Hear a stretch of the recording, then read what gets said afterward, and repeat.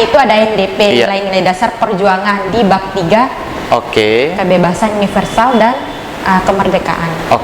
Makanya Dinda pelajari di bab 3 itu, oh ternyata gini, HMI tidak hanya membahas Islam tapi negara, diri kita juga. Kalau kita mengkritik presiden pasti kena pidana. Loh, kan kita cuma mengkritik aja biar pemerintah itu bisa mengevaluasi dirinya sendiri. Kalau kita bisa pandai membagi waktu kita, otomatis kuliah, organisasi bakalan yes. On your mind, bicara santai. Biasa dipanggil Nunung. Biasanya dipanggil Nunung? Iya. Oke, nah sekarang menjadi ketua dari Kohati Himpunan Mahasiswa Islam Cabang Mataram. Sebelumnya saya sudah bicara santai juga dengan ketua HMI Cabang Mataram, Tumalan. Banyak sekali yang suka dengan narasi-narasi keislaman dan kebangsaan beliau. Nah kali ini rasa-rasanya perlu kita juga ajak perempuan ya diskusikan berkaitan dengan masalah keislaman dan kebangsaan juga, dunia aktivis dan perempuan itu lebih khusus dari perspektif seorang perempuan. Nah ini saya langsung bicara santai dengan orang yang bergelut nih teman-teman di dunia pergerakan, di dunia aktivisme. Sekarang kesibukannya apa? Lagi nyusun proposal aja bang. Proposal skripsi? Skripsi ya. Jadi Tum Kohati ini adalah seorang yang berlatar belakang ilmu hukum. Nantilah kita bicara juga tentang hal-hal yang seputaran ilmu hukum, ya kan. Kemudian apalagi berkaitan dengan RUU KUHP, kemudian Undang-Undang ITE. Rasa-rasanya gimana sih dampaknya untuk perempuan, kemudian seorang aktivis. Ya ini menjadi momen yang sangat luar biasa dan menarik menurut saya karena saya baru pertama kali bicara dengan Kohati, ketum Kohatinya langsung di podcast Bicara Santai. Kan sebelumnya kan yang kita undang ini kan yang laki-laki semua gitu kan, ketua-ketua organisasinya, presiden mahasiswanya. Teman-teman juga nih perlu tahu nih, gimana sih pengalamannya ya, kok bisa sampai di titik ini menjadi seorang Kohati ya, dan apa perasaannya ketika menjadi seorang Kohati? Awalnya bang, saya masuk organisasi itu di semester 1. Sebelum Dinda kepikir masuk organisasi, dulu itu Dinda orangnya pemalu. Iya, kelihatan kok. Iya, kelihatan pemalu sekali karena nggak pede sekali saya kok bisa bicara kayak gitu, kayak gini, kayak orang-orang itu pasti saya nggak bisa. Tapi Dinda coba-coba pas masuk kuliah, ada stand, namanya stand HMI. Saya coba masuk, bang ini organisasi ya? Iya, organisasi HMI, karena kebetulan juga teman-teman waktu di kos itu nyuruh masuk aja HMI, nggak usah masuk ke organisasi lain karena HMI itu bagus. Tapi di pandangan Dinda dulu HMI itu pasti dia keislaman, lebih bahas yang Islam-Islam, tapi ternyata pas masuk di situ ternyata HMI itu tidak hanya membahas Islam tapi membahas negara juga karena dia banyak kontribusi untuk Indonesia. Saya sepakat ya. Jadi linear juga akhirnya sama disiplin ilmunya kan? Iya. Ilmu hukum bicara negara, HMI juga bicara tentang kebangsaan dan kenegaraan. Yang menarik juga ya, tadi Adinda sempat nyinggung nih masalah masuk di HMI dan teman-teman prioritaskan HMI. Emangnya apa yang bisa didapatkan ketika teman-teman masuk di dalam himpunan mahasiswa Islam kira-kira? Yang Dinda dapatkan sih bang di sana itu pertama itu kepercayaan diri saya karena di sana bebas melakukan ekspresi apa-apa, tidak melarang ini itu kita, karena di sana itu juga ada materi khusus di HMI itu ada NDP, nilai-nilai dasar perjuangan di bab 3. Kebebasan universal dan kemerdekaan. Makanya Dinda pelajari di bab 3 itu, oh ternyata gini, HMI tidak hanya membahas Islam tapi negara, diri kita juga. Saya kalau bicara sama teman-teman HMI ini agak kepanasan dalam artian selalu ingin mengulas hal-hal yang menarik. Karena ada satu tradisi di dalam himpunan mahasiswa Islam yang sangat luar biasa, yakni himpunan mahasiswa Islam itu mengajarkan dialektika dan pikiran kritis. Nah ini teman-teman semua tentunya organisasi itu sangat berdampak ya bagi setiap orang, setiap individu. Jadi kalau ada yang bilang bahwa organisasi menghambat perkuliahan, Itu ada yang salah dong berarti sama cara Salah. berorganisasinya. Salah betul itu karena manajemen waktu mereka itu tidak bisa membagi. Kalau kita bisa pandai membagi waktu kita, otomatis kuliah, organisasi bakalan Bakalan akan berjalan dengan bersamaan, seimbang ya. Iya, seimbang. Nah, kemarin kan udah hari kemerdekaan nih. Kemerdekaan 17 Agustus. Kemudian kalau kita bicara tentang kemerdekaan itu kan kita juga bicara tentang kesejahteraan, keadilan, kemudian kebebasan. Iya. Yang paling menarik menurut saya, oke lah, misalkan kalau masalah kesejahteraan ya kita tahu kesejahteraan mungkin belum rata. Belum rata. Keadilan juga seperti itu. Keadilan juga, Bang. Nah, kita bahas dulu dua hal itu. Iya. Keadilan dan kesejahteraan menurut pandangan Ketua Kohati ketika Indonesia sudah 77 tahun merdeka seperti apa? Kesejahteraan di Indonesia ini, khususnya di umurnya 77 tahun ini, sangat merosot, Bang. Oke. Karena banyak sekali kasus kemiskinan, kasus korupsi, dan banyak lagi, apalagi dengan kasusnya virus kemarin COVID-19 itu tambah sekali merosot saya lihat. Karena banyak yang membawa COVID-19 ini sebagai bisnis, sehingga masyarakat itu tidak mampu semacam membeli masker dan ikut PCR dengan harga yang lebih mahal ya. Artinya harusnya kesehatan itu difasilitasi sama negara kan. Nah, yang terjadi justru virus corona, pandemi COVID-19 itu dijadikan sebagai ladang untuk mencari keuntungan, dikomersialisasi oleh orang-orang yang punya kepentingan. Itu nggak baik ya? Nggak baik sekali itu, karena masyarakatnya masih kekurangan, apalagi lapangan pekerjaan juga masih banyak yang kurang, sehingga warga negara juga ada yang pergi TKW di luar negeri. Gimana bisa dibilang sejahtera atau merdeka negara kita ini? Artinya belum merdeka sampai sejauh ini ya? Iya, merdekanya cuman merdeka hanya dari kata fisik. Hanya merdeka dari jajahan penjajah secara fisik ya? Tapi dijajah langsung sama negara kita sendiri, dijajah oleh diri kita sendiri aja di sini. Oke, saya teringat pidatonya Bung Karno dulu. Tugas kami sekarang ketika melawan penjajah itu jauh lebih mudah daripada tugas kalian di masa depan karena melawan bangsamu sendiri. Terus kalau kita bicara tentang kemerdekaan, yang paling lekat ya, itu adalah kemerdekaan atau kebebasan dalam berekspresi. Nah, pandangan Tum Kohati melihat kebebasan berekspresi yang terjadi hari ini seperti apa? Pandangan saya yang sekarang ini sangat beda dari zaman dulu. Kalau zaman dulu kan bebas berekspresi. Kalau sekarang ada undang-undang yang melarang. Kalau kita omongin kayak gini ke pemerintah, ada undang-undangnya, dilarang sama ini. Dibatasi dengan aturan dan regulasi ya. Iya. Nah, itu semacam memperkerdil ya pergerakan mahasiswa. Nah, misalkan kalau mahasiswa nih yang paling keras untuk mengkritisi pemerintah kan mahasiswa. Iya. Teman-teman aktivis, apalagi teman-teman himpunan mahasiswa Islam. Iya. Gimana sih perasaannya ketika adanya undang-undang ITE, kemudian RUU KUHP yang baru nih, ya? Itu rasa-rasanya kayak megafon kita tuh dirampas. Kira-kira gimana? Kalau kita mengkritik presiden pasti kena pidana. Loh, kan kita cuma mengkritik aja biar pemerintah itu bisa mengevaluasi dirinya sendiri. Bagaimana sih saya memimpin negara ini? Karena tahu kan bagaimana sih ruang lingkup dari keluarga kita, latar belakang keluarganya kita kayak gimana, makanya kita menyampaikan di sana. Oke. Menyampaikan kritik ya. Kritik kepada pemimpin agar lebih dilihat lagi lah bagaimana sih masyarakat saya atau warga negara saya ini kayak gimana. Benar sih, saya sepakat ya.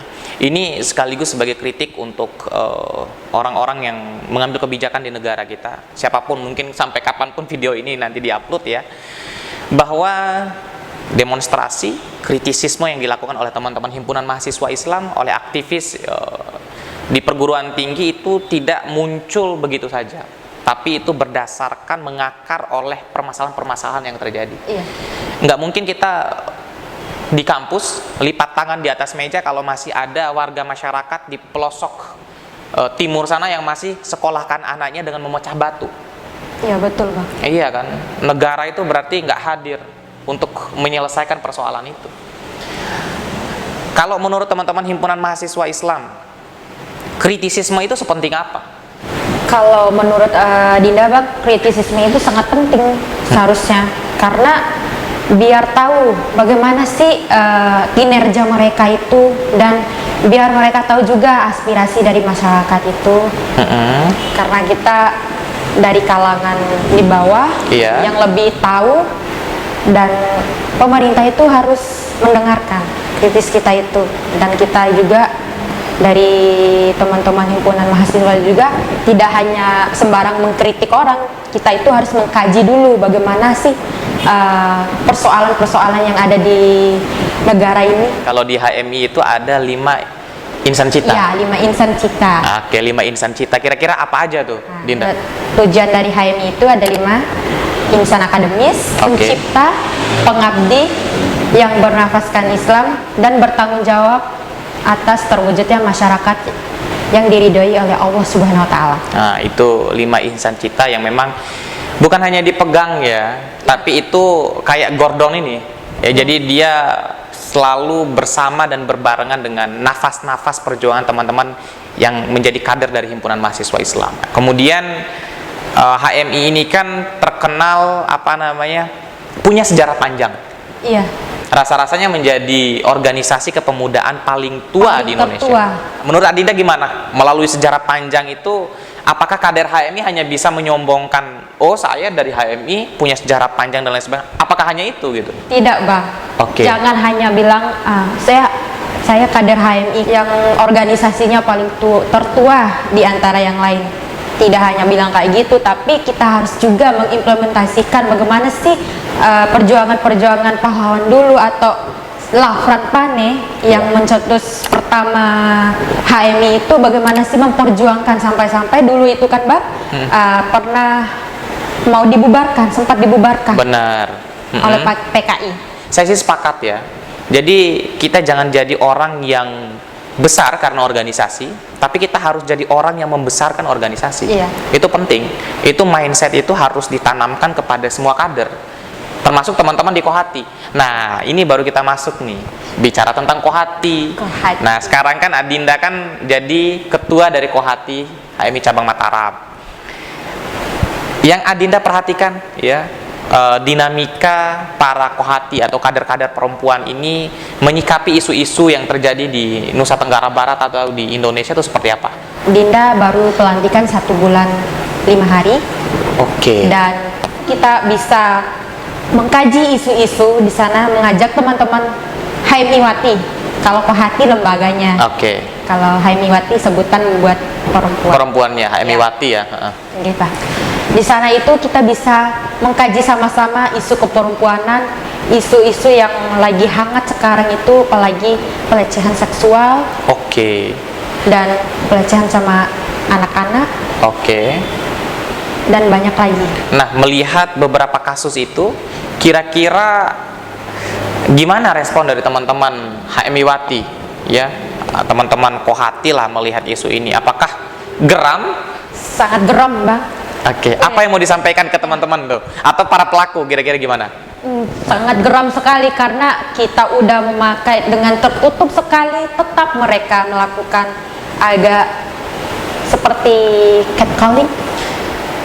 Saya nggak ngerti yang kayak gimana itu. Catcalling itu semacam dia memanggil, cewek kayak gitu ya. Cewek atau siulan kayak gitu.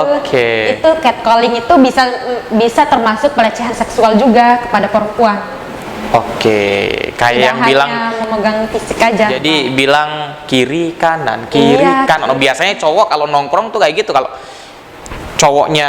cowoknya duduknya rame ya, ceweknya jalannya sendiri, pasti kiri kanan itu berarti termasuk pelecehan seksual berarti. Termasuk pelecehan seksual itu.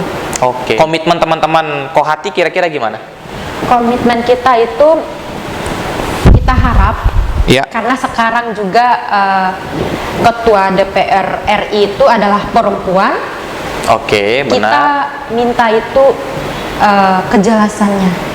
Kasus-kasus ini sangat banyak, tidak sedikit. sudah menumpuk. Apalagi di perguruan tinggi ya. Ya, di perguruan tinggi, gimana kita mau menjadi perempuan atau melahirkan sosok generasi penerus bangsa, Iya.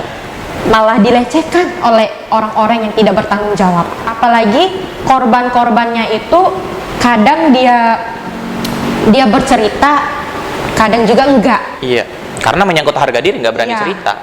Sebenarnya harus dicerita, tapi ceritanya itu sama orang yang kita benar-benar menjaga Iya. dan bisa membantu kita. Dan bisa membantu kita. Nah, bicara tentang menjaga dan membantu, Kohati Cabang Mataram itu menyediakan wadah nggak untuk teman-teman yang menjadi korban pelecehan seksual, entah itu dari mana, di mana gitu kan, untuk bersuara, speak up. Iya Bang, Alhamdulillah kita sedang berusaha untuk memfasilitasi itu dengan ada namanya ruang aman perempuan. Oke, itu di Kohati Cabang Di Mataram. Kohati Cabang Mataram, ketika ada kasus langsung kita terima, mengkaji dulu dan membantunya. Kalau bisa sampai ke pengadilan kita bakalan kawal sampai Oke, tuntas. jadi dikawal sampai ranah hukumnya pun Iya. ya. Karena memang kita tahu bahwa pelaku pelecehan seksual ini itu semacam predator-predator kampus. Iya, predator. Kalau kita tidak tindak secara tegas, rasa-rasanya akan memunculkan para predator-predator baru.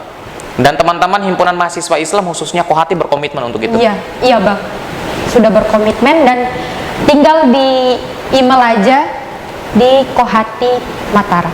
Kohati Mataram ya. Iya. Berarti tinggal dihubungi. Kalau hubungi lewat Instagram HMI Cabang Mataram bisa?